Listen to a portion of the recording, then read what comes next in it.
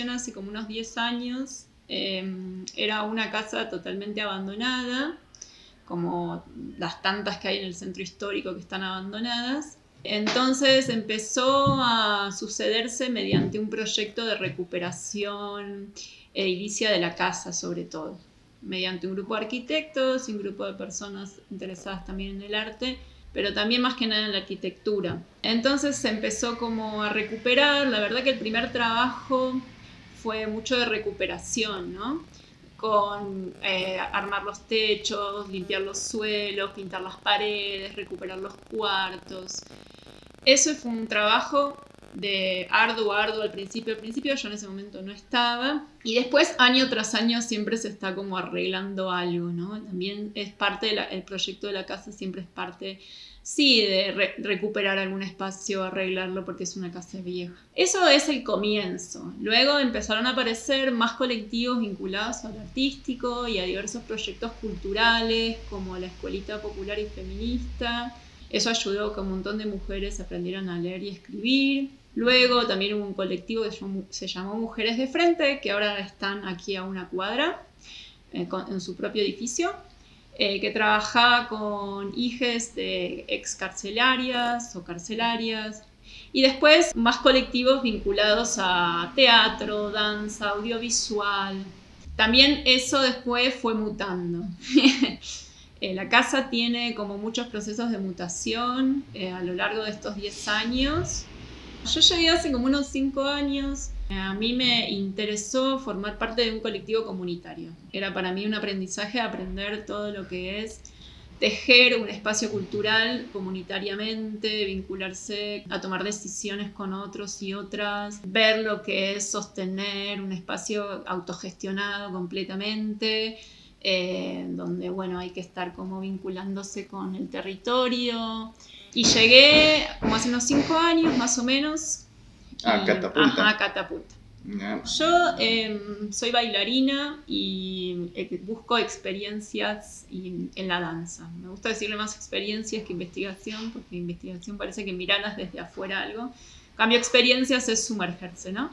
Entonces, a eso me dedico y también, digamos, a tejer cultura. También me gusta más decirle tejedora cultural que gestora cultural, porque gestión cultural es un título universitario. No hice la carrera, sino que siempre estuve tejiendo cultura por una cuestión de que siempre me manejé autogestionadamente. Entonces siempre toca, ¿no? Como artista, ver cómo se hace. Después cuando ya empezás a formar parte de un grupo o empezás a tejer cosas y eventos culturales y artísticos con otras personas, ahí, digamos, hay un aprendizaje de tejer con otros y otras. Entonces a eso me dedico, ¿no? A la danza, a sumergirme en experiencias con la danza y a también sumergirme en experiencias de tejer cultura. El espacio es autogestionado completamente, entonces los acuerdos que se usan es acuerdos para poder sostener el proyecto artístico y cultural, ¿no? Ya sea económicamente, energéticamente, ediliciamente. Entonces son todos acuerdos que no son tan fijos, ¿no? Como quizás es una institución que te dan un contrato y no hay como ninguna flexibilidad, ¿no? Sino que acá es más bien el diálogo. Alguien viene, pregunta si puede hacer una función, si puede hacer un taller, si puede alojarse, si puede hacer tal cosa, y se dialoga. Se dialoga cuál puede ser el intercambio, a veces es monetario, a veces es de otro tipo. Entonces sí, más bien se va dialogando con la persona, con la realidad, con la situación que vienen a proponer y con la situación y la realidad en la que se encuentra la casa y las personas que habitamos la casa, que también siempre van cambiando. Nunca es lo mismo cada año, ni cada mes, ni cada momento, ni cada persona. Entonces, esa es, digamos, podemos decirle las condiciones o los caminos más bien por los que nos manejamos.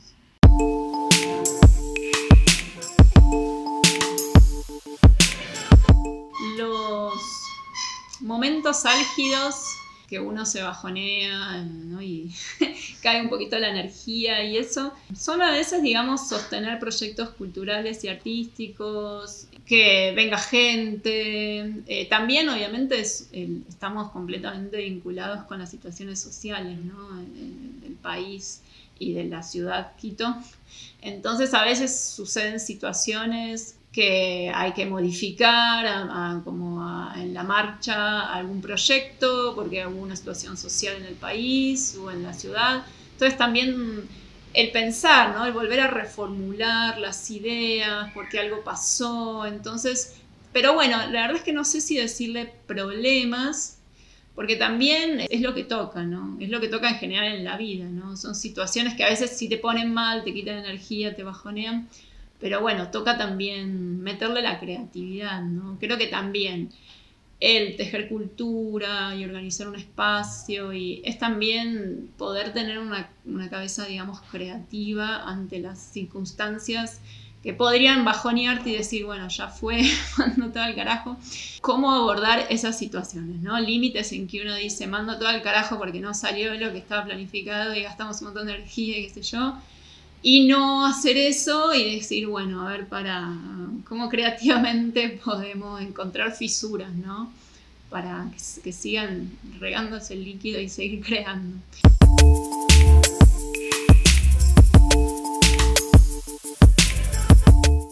Sorpresiva.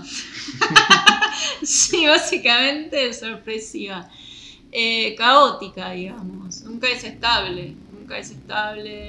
Es menos ahora, ¿no? Creo que estamos viviendo épocas súper caóticas, ¿no? Desde la pandemia, más o menos, hay así como un caos generalizado de que nada es demasiado estable, ¿no? Y además, la Casa Catapulta está en el centro histórico. El centro histórico es un lugar que tiene muchísima carga así histórica, muchísima carga social. No es para nada un bosque así donde hay mariposas y las flores. Pero bueno, digamos, también eso es interesante, ¿no? Como habitar ese caos urbano y es parte también de la casa, ¿no? Al mismo tiempo es también como encontrar como un punto ahí de intersección, ¿no? Entre esa energía caótica que tiene el centro, que tiene la casa, y que en la casa no haya ciertas violencias que quizás encontrás cuando salís a la calle, ¿no? O que esas violencias que se viven en el centro, cuando entramos acá, cómo las podemos reformular, ¿no? Y no negarlas, sino transformarlas de otra manera para que no replicarlas exactamente como violencia de ese tipo en la misma casa. Un poco eso yo creo que yo lo vivo un montón cuando paso mucho tiempo en la casa construyendo cosas y lo veo también en mucha gente que habita la casa por un ratito, se va, ¿no? De repente se impregna de toda esa energía que hay en el centro y bueno, ¿cómo hacer para eso llevarlo a un lugar que puede ser exquisito también, ¿no? Como esas fuerzas que son urbanas, porque estamos en un lugar urbano, son sociales, no se pueden negar, se pueden como transformar, habitar dentro del hacer arte y cultura. Yo lo vivo muy así. Y bueno, también, como te digo, estamos en un tiempo en que nada es demasiado estable y bueno, toca también un poco aprender a estar con eso, ¿no? Ajá, y encontrar como pequeños jardines dentro de esta urbanidad del centro histórico. A veces la casa resulta como un espacio para encontrar esa armonía, a veces no, y a veces es como... Bueno, cómo transformamos esto artísticamente, culturalmente, ¿no? Uh-huh. Y no volvernos unas máquinas de replicar quizás la misma violencia que se vive afuera. Eso, sí, no me gusta a mí como romantizar, ¿no? Decir, bueno, el jardín, ¿por qué no? Acá también a veces nos peleamos, a veces estamos nerviosos, a veces, etcétera, ¿no? Porque bueno, es como un poco difícil salirse difícil aislarse, salirse y decir que nada nos toca, ni nos llega, ni nada de eso. Bueno, yo no sé, quiero decir, no sé si hay una manera en que se debería vivir en todos los espacios culturales. Creo que lo más interesante o lo que más podría aportar para no replicar violencia, sino para transformar, ¿no? Y encontrar como sentido en el caos, un sentido de supervivencia, digamos, y no de hundirse y entrar a hacer máquinas así. Es poder, digamos, transformar creativamente todo eso que se vive, ¿no? Cuando estás en un espacio urbano, ¿no? Todas estas violencias, caos, irregularidades, situaciones que estamos diciendo. Pero creo que también para eso debe haber, bueno, mucho hablar, mucho escuchar, pensar, digamos, preguntarse, ¿no? Bueno, ¿qué perfil, qué proyectos quiero hacer en la casa? ¿Cuáles no? Porque no aportan, digamos, para transformar todo esto, sino que sigan replicando lo mismo. Tomarse un ejercicio como de reflexión, asumir también, sí, bueno, me siento recansado, me siento retoxiqueado con esta caoticidad. Ajá, por eso digo, romantizar más bien es negar, no sirve mucho porque después todo eso sale por otro lado. Eso, pero bueno, no sé, a veces no pasa eso en todos los espacios culturales. Hay muchos espacios que dentro de los mismos espacios replican como siento yo lo mismo y entonces terminan siendo más bien nidos de violencia, ¿no? O por lo menos me ha pasado, he vivido situaciones así. Por eso digo, no sé si no hay una única forma, eso sí, yo puedo decir la que me parecería que estuviera como más piola.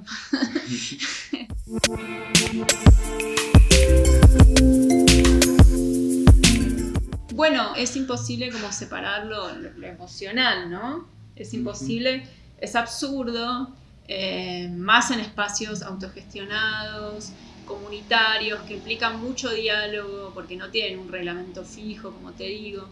Entonces, obviamente, lo emocional está implicado. Al mismo tiempo, la emocionalidad a veces es una fuerza que puede como tumbarte y dejarte, digamos, inmóvil, ¿no? Inmóvil, digamos, en tu propia emocionalidad. Entonces es bueno también, en ese sentido, estar, sí, constantemente tejiendo con la emocionalidad también, ¿no? O sea, decir, bueno, pasa esto, pasa lo otro, cómo se puede tejer las emociones sin que las emociones en los espacios, porque somos personas y los espacios también tienen sus emociones, los objetos, las casas, las cosas, no nos trague y nos deje inmóviles, ¿no? Inmóviles de más, ¿no? Tampoco es que tenemos que estar todo el tiempo súper claros en todo.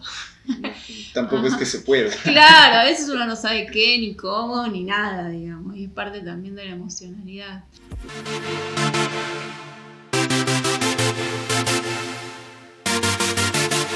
He vivido varias experiencias. Una vez hicimos una limpia de toda la casa con un taita y eso duró como unas 6 horas. Zombiamos toda la casa y eso fue una experiencia re fuerte. Éramos un montón de personas porque nos habían robado antes de eso. Entonces ahí dijimos, vamos a llamar un taita y esa fue una experiencia que no me la voy a olvidar jamás, creo. Y fue muy intensa e interesante. Otra experiencia fue cuando hicimos el teatro. El teatro lo hicimos con un grupo de personas que antes habitaban acá, antes de la pandemia. Después se volvieron a sus casas porque eran de otros países. Hicimos el teatro entre varios, construimos el piso, hicimos las paredes, todo así, a pulmón, a pulmón, a pulmón. Esa fue otra experiencia también muy exquisita, interesante. La pandemia también fue una experiencia fuertaza. Vinieron a vivir unas personas, después no tenían cómo volverse, entonces habitamos acá, no sabiendo qué iba a pasar, las personas que habitaban no se podían volver a sus países. Entonces, ¿no? Saber cómo recoger todo eso que nos estaba pasando y poder salir adelante o ver qué hacíamos. También el paro de octubre, hace unos años, yo estaba acá, fue re fuerte. Habíamos puesto música desde la terraza, me acuerdo una tarde, como para tratar de brindar otra cosa. Bueno, después vinieron los chapas y nos miraron mal, porque pusimos música. No entendía por dónde iba la cosa de poner música. Entonces sí, tengo muchos de esos recuerdos, digamos, así como anécdotas. Hemos hecho bastantes cosas autogestionadas. Una vez vino un grupo de Colombia también y se alojó aquí. O sea, es muy lindo cuando viene un grupo de afuera, se aloja quizás una semana, entonces se produce así como un proceso de residencia y uno aprende un montón. Después vino otro grupo de Colombia como hace 2 años, parte de un festival también. La misma situación, convivir, aprender de su trabajo, dialogar. Ellos también tenían un espacio cultural en Colombia, entonces dialogar mucho cómo se sostenía allá, los espacios autogestionados, cómo se sostienen en Quito. Hemos hecho varios festivales que también...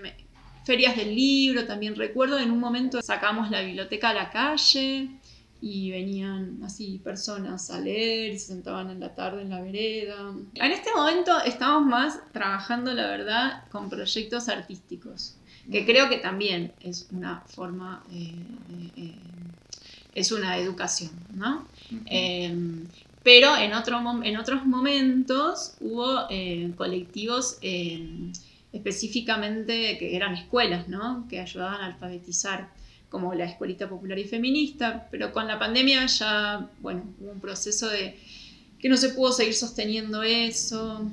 Después las compañeras de Mujeres de Frente también hacían un proceso así de alfabetización con los niños, pero les empezó a quedar muy chiquito y la casa, porque se llenó ese proyecto, se le llenó de gente. Pero sí, siempre la casa tuvo un poco como ese vínculo, ¿no? Desde distintos lugares, ¿no? Digamos, sin que específicamente educación sea sentarse, digamos, y aprender las matemáticas, ¿no? La lengua, sino que de distintas maneras, ¿no? Por ejemplo, ahora tenemos más proyectos artísticos, pero de alguna manera siempre están como enfocados a tratar de transformar otros modos de ser y estar, ¿no? Digamos, que no tengan mucho que ver con el monopolio de la vida. Que eso ya tenemos un montón. Ahora estamos, digamos, con distintas personas que forman parte de la casa y hacemos proyectos. Hace un ratito trabajábamos con... Como te digo, siempre va mutando, ¿no? Hace poquito estaban los chicos de la guitarra quiteña, hicimos muchos proyectos de música popular y de guitarra quiteña. Y, digamos, el que quiera acercarse y proponer cosas, proponer ciclos, ¿no? Como hicieron los chicos de la guitarra quiteña, o como hicimos con las ferias el fin de semana pasado, o como estamos haciendo ahora con el festival que vamos a hacer hoy de danza, teatro y performance, es escribir a la casa, puede ser por Instagram, que estamos en Casa Catapulta, casi siempre nos escriben por ahí. Y dialogar, como te conté, digamos. En general alguien escribe, dice me gustaría hacer esto o lo otro, yo le pregunto de qué trata, y viene, conoce la casa, dialogamos, hablamos, y ahí se va armando, digamos, la cosa.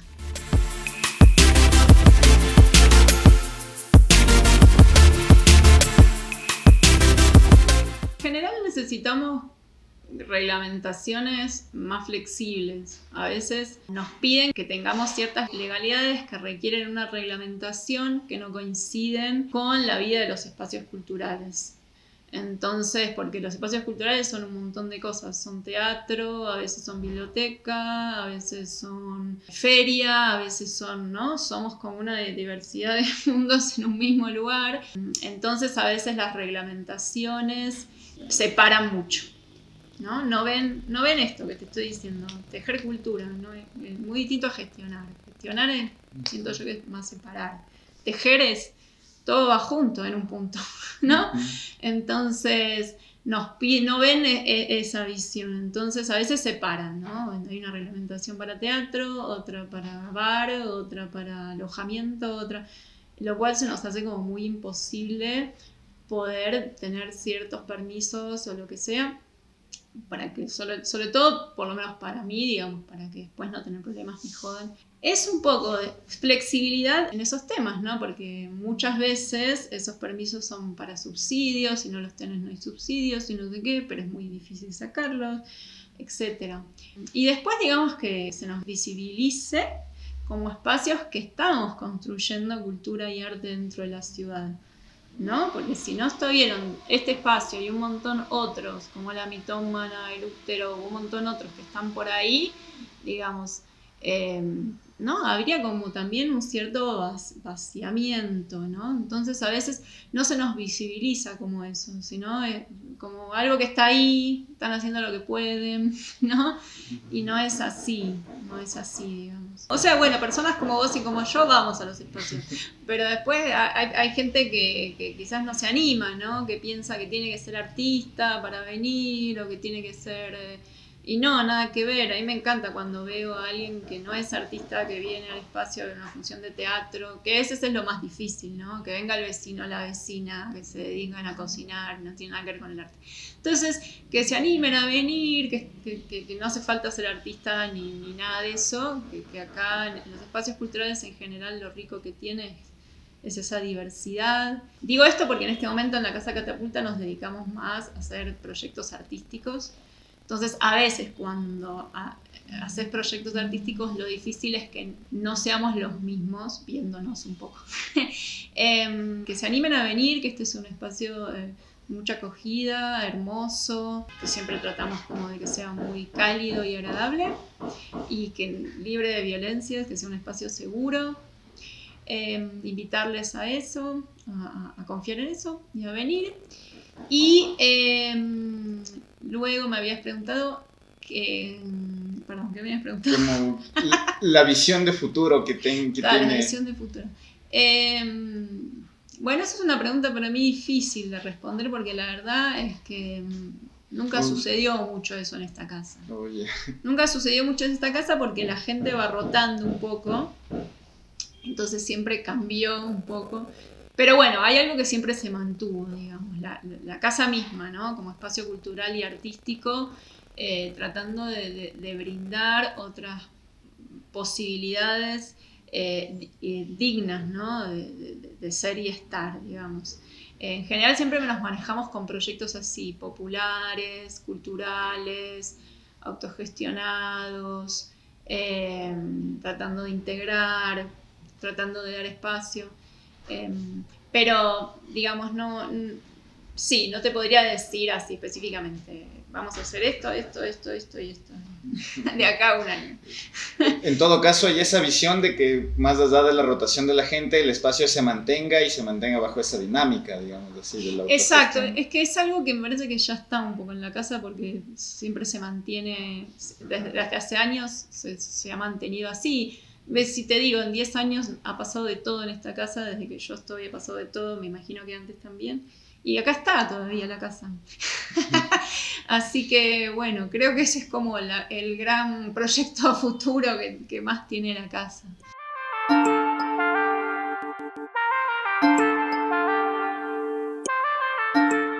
Vengan, habiten los espacios culturales, conozcan, son espacios... Yo me he hecho un montón de amigos y amigas en los espacios culturales y bueno, es hermoso eso, construir así familias. Entonces, vengan, conozcan.